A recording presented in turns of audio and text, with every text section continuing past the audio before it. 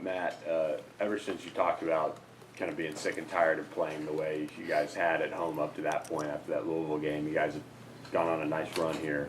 Have you kind of sensed that things have changed just overall since that game, or what's kind of been the story behind the story of that, I guess?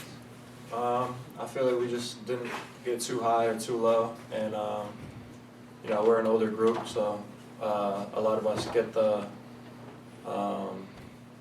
seriousness of the bigger games, having to pull those out for March Madness bids. So I think we just been going as hard as we can in practice, paying more attention to detail and scout, and kind of just, I guess, wake up, I guess, is all that happens.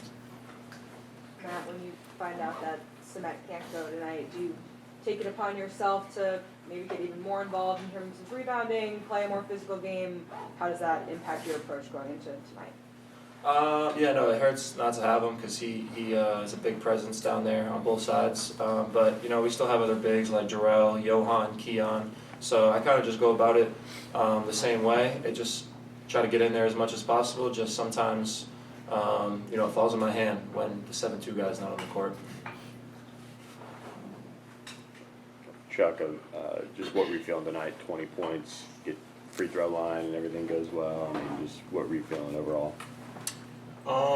Nothing in particular. Just letting the game come to me, letting it flow. I feel like we had a good flow in the second half on offense. I wasn't forcing them or trying to put up anything. Just letting the game come to me. You guys held their three guards to 13 for 43 shooting and 5 for 25 from the three-point line. What was the key to your approach with your perimeter defense tonight? Well, we knew they were kind of a heavy guard team, so we had a lot of emphasis on that in practice, just keeping them from getting in the paint. We knew they really weren't trying to shoot threes. We know they were capable, but that wasn't really what they were looking to do.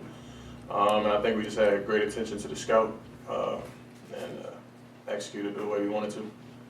You guys were both kind of involved in the spark that kind of led to you guys taking the lead and pulling away in the first half. That layup, I think, with 6 minutes left to kind of break the drought, and then Chuck, you hit a three. Just what's the conversation like, and maybe the huddle kind of leading up to all of that when things aren't going well offensively, but you guys find a way to make something happen? Well, I think we started the game off pretty flat, but like he said, we're older guys, kind of experiencing that, so we didn't get too high or too low. We just kept playing, and I think we've shown offensively we're good for a 15-point outburst at any given second, so we just stayed grounded and just let it come to us. I guess for you and the guards, what does it do when Samet's not out there? I know there's a lot of stuff you guys are able to do with him in there. How much did that change, and then just kind of what did you see from kind of the trio of bigs that picked up the slack? Well, Samet is definitely a big advantage being 7'2" and with his skill set. But him not being on the court, I think we look to play through Matt a little bit more in the post. And then if they show they wanted a heavy gap and maybe go double him, we got shooters all around. That's all it means. It's better spacing for Matt to get his ISO in. But I think whatever group on the court at any given time, we're pretty comfortable with going to war with that 5 on the court. Matt, Cal's coach was talking about how 45 minutes before the game tonight, he realized you all didn't have Samet, and you guys found out that they didn't have Moody Coliseum. Did that change anything for you and the other front court guys in terms of how you wanted to attack on the offensive end or how you wanted to defend? I don't think so. I think we had the game plan regardless.